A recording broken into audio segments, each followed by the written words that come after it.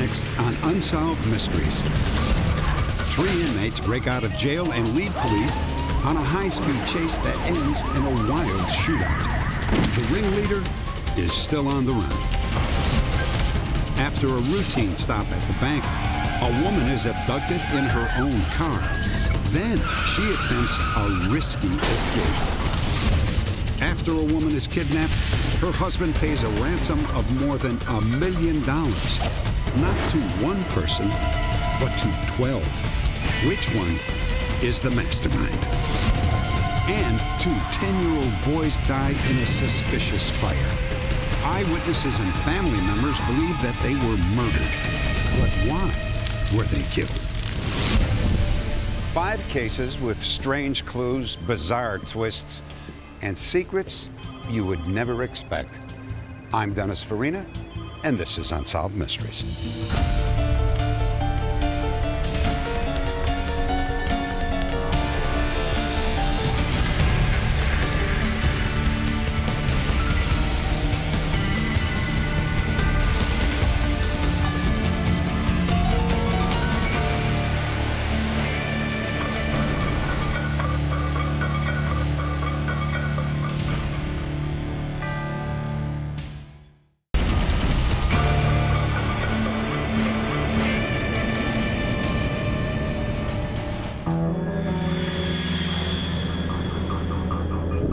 In the town of Seminole, Oklahoma, 19-year-old Travis Wade Duncan worked as a mechanic. He had just moved into his own apartment. Other than one minor scrape with the law, his record was clean. Travis was a quiet young man. He'd get a little mischief now and then, but growing up, he was a good kid, and from a good family there. So when Duncan was arrested for stealing guns, his family and friends were surprised. Duncan claimed that when he bought the guns, he had no idea that they were stolen. His bail was set at $25,000, but his family couldn't afford to post the bond. Step back from the door. Duncan was sent to the Seminole County Jail. He appeared to be a little nervous to be in jail. In you go. Travis was the kind that was very quiet. He never did cause any trouble at all. He was just a real quiet type, kind of kept to himself. Duncan ended up sharing a cell with another prisoner, 19-year-old John Fisher. According to deputies, Fisher was both charismatic and a little crazy. Fisher was arrested on a murder charge, first-degree murder. John's goal in life was to be the drug lord of Oklahoma. He was constantly fantasizing about and telling and bragging to other people that he was in with the Medellin cartel of South America, that he had bukus of money, just any amount you had. He had several accounts that had hundreds of thousands of dollars in it. Most people knew he was fantasizing. Hey, John Fisher. But Travis Duncan was not most people. He was young, naive, and gullible, and an easy mark for John Fisher. I'm getting out of here. I got $200,000 in a bank in Oklahoma. I got guns, I got a car, everything. Fisher was the kind that would look you right in the face and tell you exactly how he felt. He was a leader among the other inmates. Everybody looked up to him. Oklahoma's mine. I always considered Fisher to be an escape risk just by his actions, and he would come straight out and admit it, that he would escape if he had the chance. For almost 3 months, Fisher worked on Duncan, filling his head with wild ideas. Finally, Duncan's bail was reduced and he was released on the condition that he would live with his parents. But within a few days, Duncan violated the terms of his release. He left his parents' home and took his sister's pickup truck. No one knows where Travis Duncan went, only what he did. Travis manufactured Molotov cocktails, different things, loaded up the back end of the pickup with all types of ammunition, 9mm pistols, shotguns, all different types of things, some camping equipment, and food, water, things to live off of if they had to hide out for a while. The day after leaving his parents' home, Travis Duncan showed up at the county jail. Hey, Travis. Hey, what's up? Not much. Let's go. Come around. When he pulled the gun on me, I was frightened. He also told me if I didn't cooperate with him, that he would shoot me. This job ain't worth your life. Move! Duncan was familiar with the jail routine. He knew that at this hour, only one deputy would be on duty. Duncan quickly found the keys to the other cell. He lost no time freeing John Fisher. Fish, you ready? I'm ready. I was born ready. Let's go, man. Come on. Come on. Although Fisher tried to get other prisoners to leave, only one other inmate, Timothy Johnson, was willing to go. I think it came as a surprise to Fisher that Travis did this, showing up at just the quick moment that he did. We were prepared for a break, for an escape from the inside. We never dreamed of one coming from the outside on us. It was approximately 30 minutes before we knew of the escape, and a general broadcast was sent out over the escape with the vehicle description and the occupants. Police units up on the interstate picked them up on radar running high rate of speed. The Oklahoma Highway Patrol set up a roadblock to intercept the fugitives. As they came around the curve, got within visual sighting of our roadblock, the driver, Travis Duncan, then accelerated to about 100 miles an hour. I jumped in my patrol car and began pursuing the pickup. As I caught up to the pickup, Fisher began to lean out the window and point a shotgun at my patrol car as I was pursuing him. Every time he'd lean out and try to draw a bead on my unit, then I would go to the left or the driver's side of the pickup, get as far over as I could, get out of the line of fire. This is something that you expect to see on the movies, but you don't really expect it to happen to you. Within a few hours, Duncan, Fisher, and Johnson had roared across more than 150 miles of Interstate 40 with state troopers in hot pursuit. 24 miles from the Arkansas border, Duncan made a beeline for Kerr Lake, an area which the troopers knew well, but the fugitives did not. We exited the interstate, started south on the county road. As we did, Fisher leaned out the passenger window and threw what appeared to be a beer bottle up into the air, like he was going to try to throw something through the windshield of my patrol car. That Molotov cocktail failed to ignite because it hit the road. The wind, the high speed, blew the wick out of it, doing a smoldering. Seconds later, Fisher tossed another homemade bomb out of the truck. It didn't go off either. Trooper James stayed on their heels. In no time, they were heading down a dead-end road.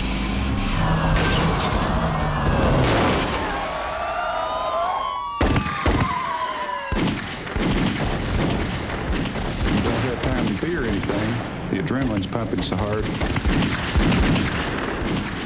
But your mind's rushing, you know. I hope I told my kids that I love them before I came to work today. Once the firefight subsided, the three fugitives took off for the woods. They had no idea that they were trapped on a peninsula that jutted out into the lake. By nightfall, authorities had them surrounded. The Oklahoma Lake Patrol was called in to search the shore. Hey, don't shoot, okay? Coming out, don't shoot. Your hands up over your head. Turn around. Run up, don't shoot. Just before 10 p.m., police captured John Fisher and Timothy Johnson, the escaped convicts. They claimed that Duncan had been shot and his body was in the woods. Later, they would admit that he had actually gone off on his own. We kept the area contained for nearly 3 days, hoping to find Duncan. We used tracking dogs. We did searches in case he had in fact been shot and was down in the woods. To no avail. We're unable to locate him, no signs that he's in there. There was no evidence to indicate that he'd been shot. 1 month later, deputies discovered a man's body across from the peninsula. He had been shot through the head. Police concluded that Duncan had gotten away by swimming across the lake. They think that Duncan then shot the man and stole his truck. Travis Duncan has not been seen since the night of the escape. Update. After a tip from one of our viewers, Travis Duncan was arrested in Boise, Idaho. He pleaded guilty to 9 counts, including kidnapping and assisting in a prison escape. Duncan was sentenced to 20 years in prison and was released after serving just under 8. Police now believe that Travis Duncan had nothing to do with the murder of the camper who was shot on the lake shore. John Fisher was sent back to prison to serve a life sentence on a murder conviction in an unrelated case. The third fugitive, Timothy Johnson, also ended up back in prison on multiple charges. However, he has served his time and has since been released. Next, will DNA left at a crime scene help solve the murder of a public defender?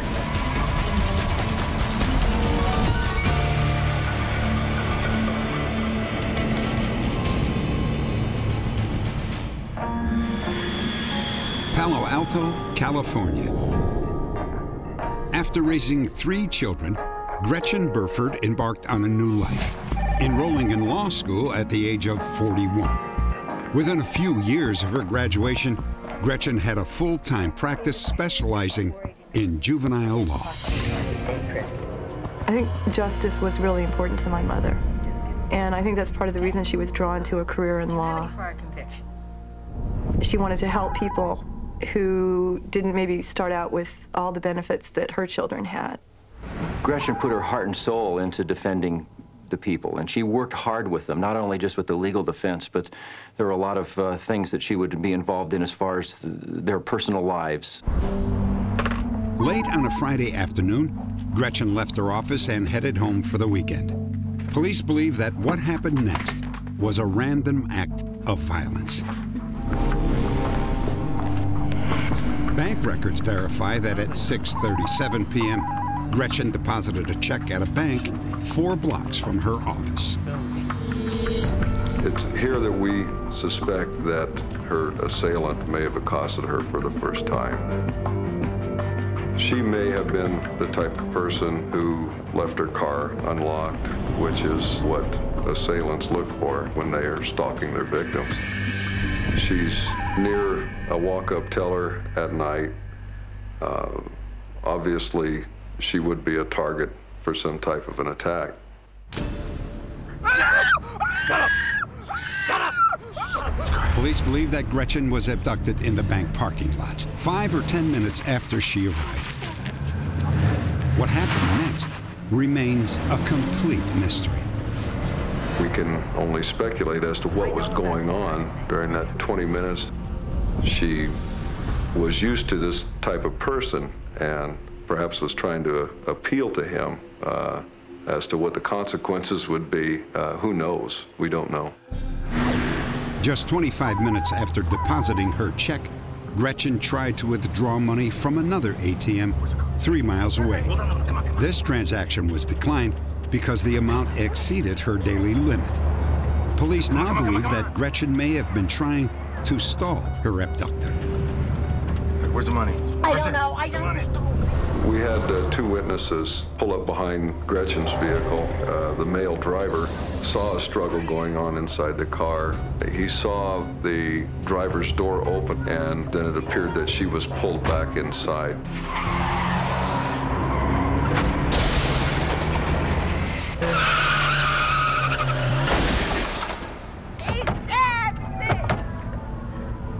Witnesses have told us that she got out of her car screaming, "He stabbed me, he stabbed me," and help me. And she collapsed immediately. So the wound was definitely one single stab, and it was fatal. Police believe that Gretchen deliberately crashed her car in a desperate attempt to escape. In the aftermath, 2 witnesses were able to get a good look at the killer. The lady jumped out of the car screaming that she was stabbed. And then he got out of the car, stared me and my friend down. Then he turned around and ran. Within 2 seconds, 3 seconds, he was out of sight. Since the girl hit the ground, she said she was stabbed. We went for her. She was lying on the ground, and I could see a little pool of blood.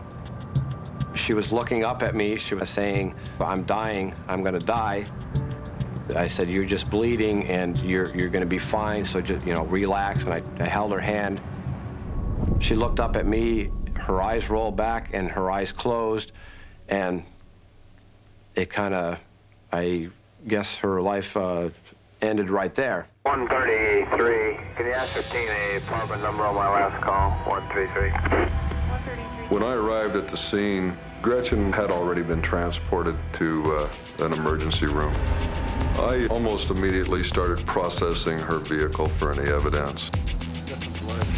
I looked inside and saw a Paisley baseball hat in the rear passenger compartment that just seemed out of place.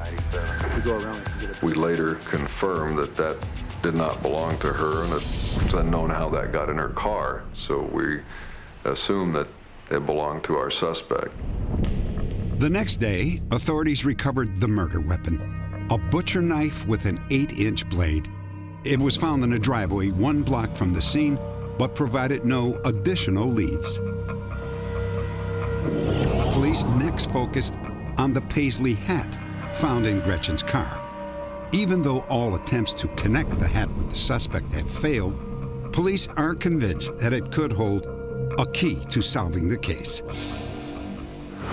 I think it's ironic that my mother would have gone on helping, you know, for years probably, that she'd only just started her law career, that she had so much to give and was giving so much and helping so many people, and that it was, you know, it was just ended by somebody who had no idea who she was or what she was, or no ability to care about her. Update. Nearly 2 decades after the murder, DNA found in the Paisley hat was matched to Tyrone Hamel, a convict in a Texas prison. Hamel admitted he had killed Gretchen Burford and was sentenced to a 2nd term of life in prison without the possibility of parole. Next, a millionaire's desperate search for his kidnapped wife.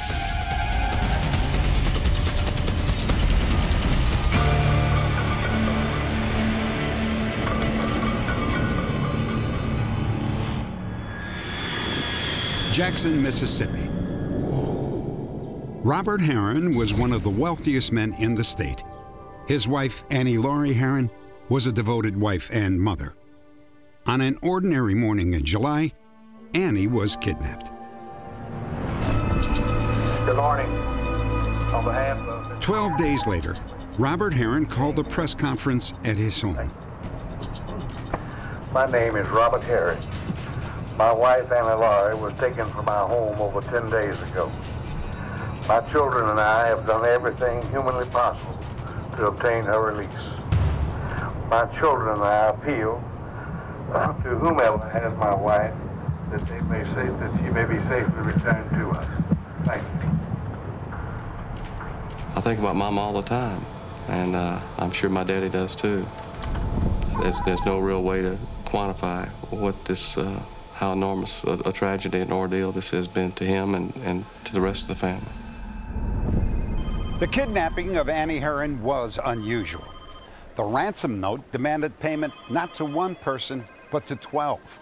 All had some connection to one of Robert Herron's companies. It was a strange twist to a troubling case. On the day of Annie's abduction, Robert came home from work and was alarmed when he found that his wife was missing. After checking with friends and family, he called the police. I'll wait right here for you, officer. Thank you. Then Robert made a disturbing discovery. A note, apparently left by a kidnapper, lay by his front door. The note said, "Do not call the police. However, Mr. Herring had notified the police prior to the note being discovered. It was clear from the contents of the note that Annie's abduction was in some way connected to Robert's businesses. Robert Herring put these people back in the shape they was in before they got mixed up with school pictures. The demands in the note were very vague and made several demands of Mr. Herring concerning certain individuals listed on the note who were allegedly harmed by a company of which Mr. Herring was president. Robert had been president of a company called School Pictures. The company sold franchises to photographers throughout the United States to produce photo portraits of school children. In an effort to collect money owed to them, School Pictures filed lawsuits against 12 franchise owners in 8 states, including Florida. On the day that Annie was kidnapped, witnesses reported seeing a white cargo van with Florida plates in the neighborhood. Police soon discovered that the 12 names on the kidnapper's ransom note were the same 12 people who had been sued by School Pictures. It's possible that these 12 people had absolutely nothing to do with this abduction. However, you can't rule out the fact that maybe somebody, especially that had the knowledge of School Pictures and its operation, could have been involved with it. School Pictures was requested to look into their files on these 12 people. The transactions were reviewed, and letters were, of course, sent out to these 12 people trying to determine what damages that they had. What did they want? At that point, we didn't get a response except from several of them saying, we don't want anything. 8 days after his press conference, Robert received a letter. He recognized the handwriting immediately. It was from his wife, Annie. This gave us quite an emotional lift because it meant that Mother apparently had survived the initial struggle, but it still was extremely vague as to what we were to do. At that point, Daddy, in order to do something to show our good faith effort to comply with these vague demands, instructed his attorneys to check these rolls and find out how much School Pictures had sued these 12 individuals for. Robert sent out checks totaling nearly $1 million to the 12 people on the list. Half of the checks were returned. The letter, in Annie's own handwriting, would be the last word that her family or police would ever receive from the kidnapper. It's been our sincere desire from the very beginning, from the moment of the kidnapping, that we do everything possible to comply with these demands. We want Mother back. Update. Newton Alfred Wynn, a 65-year-old lawyer, was arrested by the FBI in Florida on charges related to the kidnapping of Annie Laurie Herring. Wynn was one of the 12 men named in the ransom note left at the Herring mansion. Also, less than 1 month before the kidnapping, he had purchased a van which matched the description of the vehicle seen in the Herring neighborhood. Newton Alfred Wynn was convicted of conspiracy to kidnap, extortion, and perjury. He was sentenced to 19 years and 7 months in prison. Wynn has since been released and still maintains that he is innocent of the kidnapping. Annie Laurie Herring has never been found. Her husband, Robert, is now deceased, but Annie's family is still looking for her. Next, a young woman can't remember her family, her friends, or even her own name.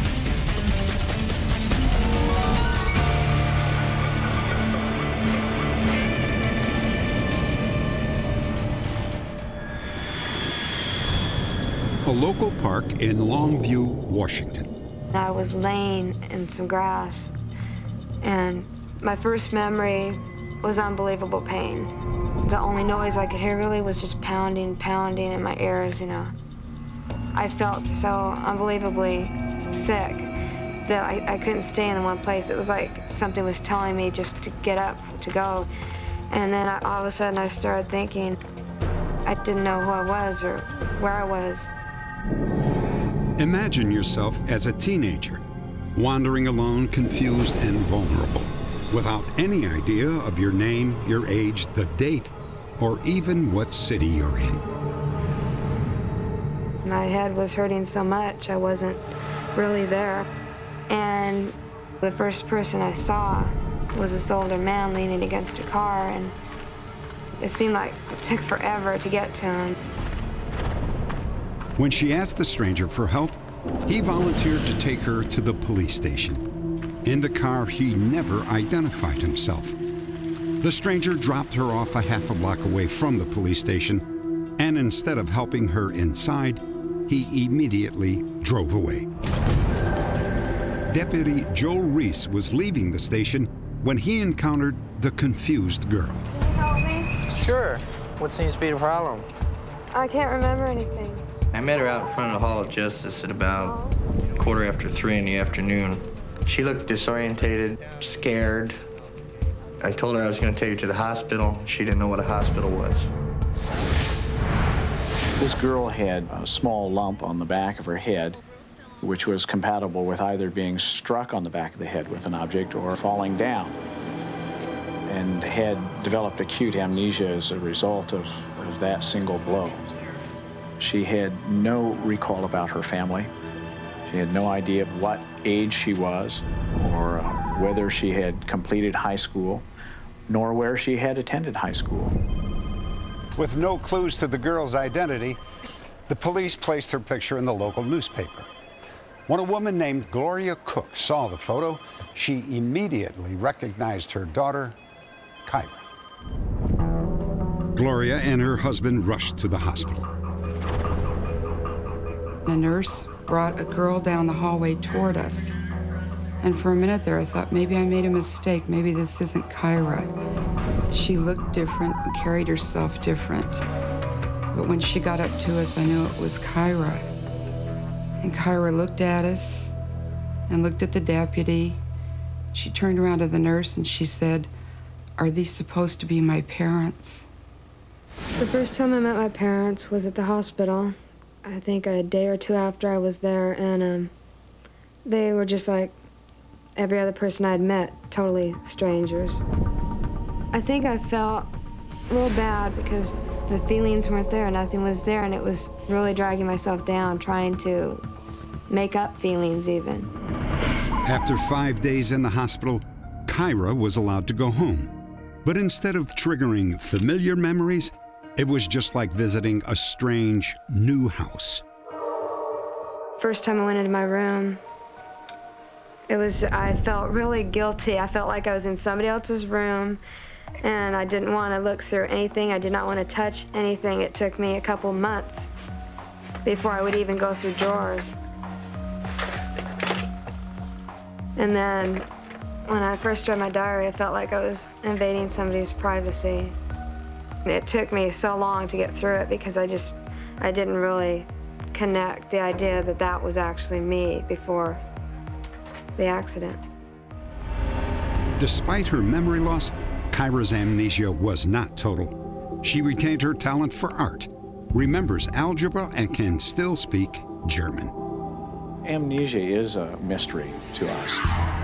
I never had the feeling that Kyra was faking the amnesia. She was constantly thinking very clearly and rationally about how she might understand who she was. Does this mean anything? It's like looking at a stranger. It's difficult enough, I guess, for a parent to have a child die. But when you have a child that loses their entire life and doesn't even know you, and you have to live with that, and every day you wake up hoping, today maybe she'll remember. And at the end of the day, you cry because she didn't. The mysterious incident that erased Kyra's memory took place sometime during a brief 1-hour period. Kyra went to the post office to mail a package. Police believe that she left at about 2:15 p.m. Kyra woke up in the park at 3 p.m. with no memory of what had taken place. My personal theory is she was either dodging a car or was struck by a car and fell and hit her head.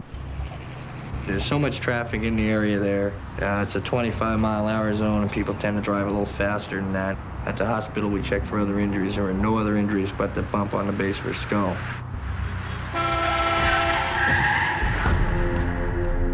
KYRA'S parents have a totally different theory about what happened. Knowing KYRA, she took a shortcut from the post office. I think someone grabbed her from behind by the throat.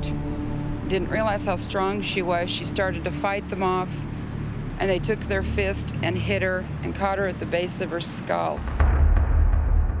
KYRA was carrying a brown paper sack containing her makeup and spending money for the day. When she woke up in the park, it was gone. Perhaps the key to this mystery is the stranger who drove KYRA to the police station.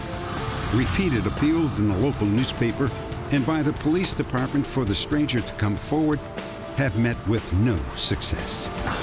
If he would even talk to us anonymously, call anonymously and let us know, did she say anything in the car? Did he see anything? He was the closest person to her at the time it happened. 18 years have passed since KYRA lost her memory. No one, her parents, her doctor, even KYRA herself, has been able to fill in the time that she's missing. For KYRA to regain her past, her doctors believe that something or someone must trigger her memory. When people are talking about the past between themselves, I envy them for having a past. And as the months grow on after the accident, I'm building up a past. So, you know, I'm just looking forward to the day when I can look back on 20 years and just think of all those things. KYRA Cook has begun the long process of gathering a lifetime of memories. Perhaps the day will come when what she is able to recall will outweigh what she has lost forever. Next, the disturbing case of two young boys who died in a fire. Were their deaths an accident or murder?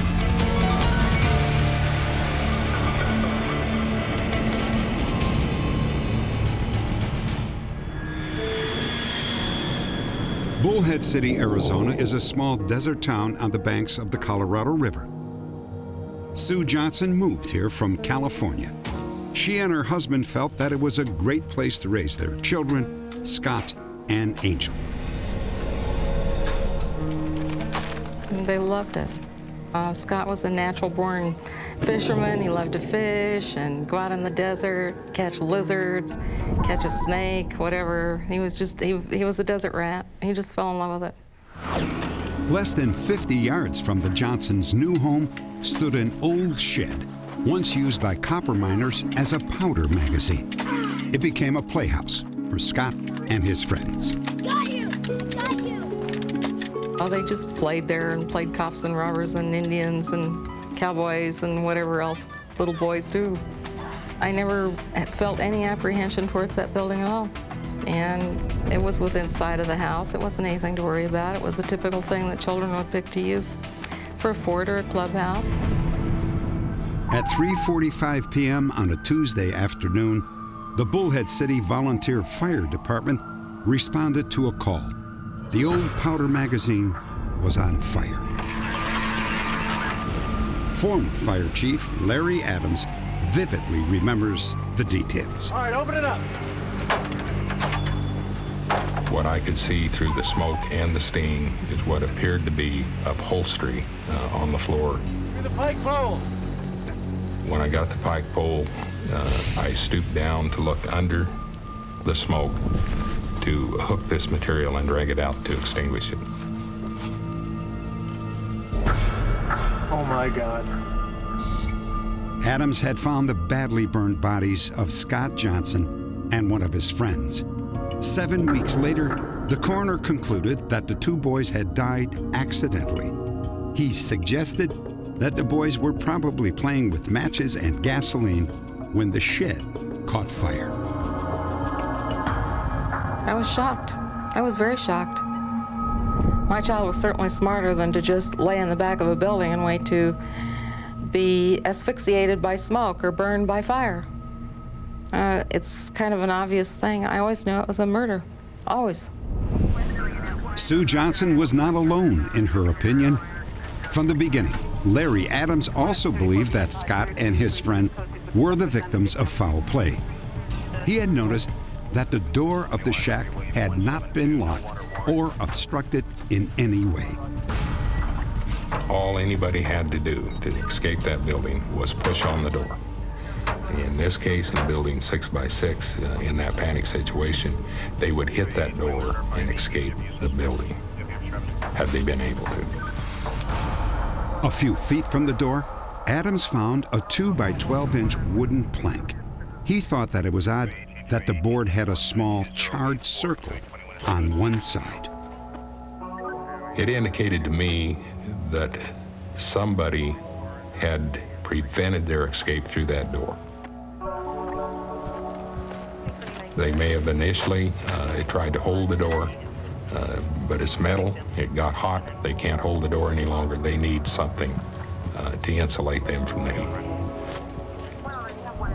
He picked up the 2x12, one on each end or more, and held the 2x12 against the door with one person on each end of it. Despite this evidence, police closed the case. As the months went by, Sue Johnson was haunted by the burnt-out shed where she believed that her son had been murdered. She continued her efforts to have the case reopened. 4 years after the fire, a convicted felon came forward with a shocking story. Dale Gordon Meter was serving time at a county jail in New Mexico. At the time of the fire, he was living in Bullhead City. Dale, why don't you tell us in your own words what you saw on the 3rd of April, 1974 at the Powder Magazine?